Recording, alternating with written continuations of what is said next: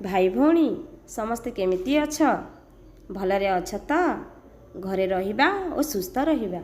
मो संगीता रायगुरुमा तुम मानक आज गपटे कहूची। समस्ते गपटी को मन दे शुणिब। श्रीकृष्ण माता देवकी और पिता वसुदेवଙ୍କ कोଳରେ जन्म होइतिली।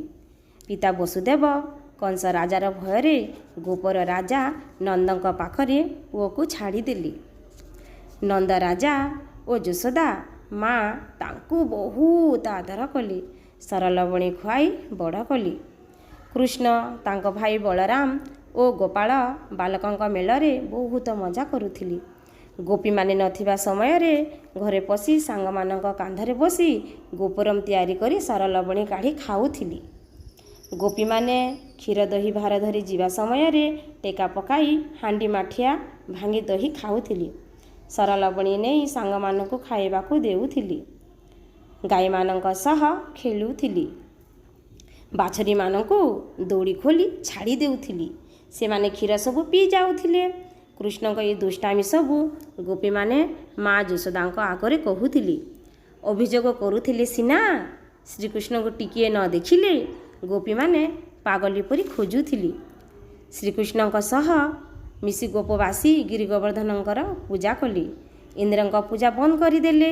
एक कथा इंद्र सही न पारी रागी गली। 7 दिन 7 राति वर्षा कले। गोपवासी बहुत असुविधारे पड़िले। कृष्ण सांग मानक साथी रे गोवर्धन पर्वत पाखकू गले।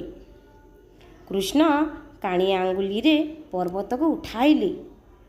गोपवासी समस्ते मिसी गोवर्धन को उठाई देले। गोपवासी गाई बाछुरी सबू जिनिस पत्र धरी गिरी गोवर्धन पर्वत तले रहिली। इंद्र जेते वज्र पकाइले जेते वर्षा कले मध्य कहारी किछि हेला नाही। इंद्र हारिगले। वर्षा बंद करदेले। गोपवासी आनंदरे रहिली। से दिनरु कृष्ण को समस्ते गिरी गोवर्धन धारी बोली डाकिले। भाई भौणी ए गपटीर नाम हैला गिरी गोवर्धन धारी कृष्ण।